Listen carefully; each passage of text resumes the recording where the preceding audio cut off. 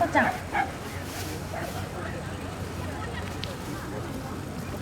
あ、この子もすでにファイナル権を持っています。さあ、ファイナルへいい走りでつなげていきたい。スピードがあるトトちゃん。